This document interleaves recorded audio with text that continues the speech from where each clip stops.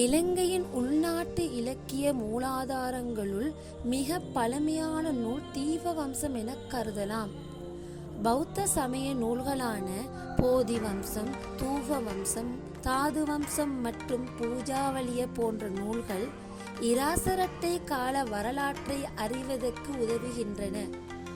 மேலும் இலங்கையின் புத்த சாசன வளர்ச்சி பற்றி எழுதப்பட்டுள்ள நிகாய சங்கிரகய மற்றும் அரசியல் தகவல்களை அடக்கியுள்ள ராஜாவலிய என்பன கம்பளை முதல் கோட்டை வரையிலான காலப்பகுதியின் வரலாற்றை கற்பதற்கு உகந்த முக்கிய இலக்கிய மூலாதாரங்கள் ஆகும்.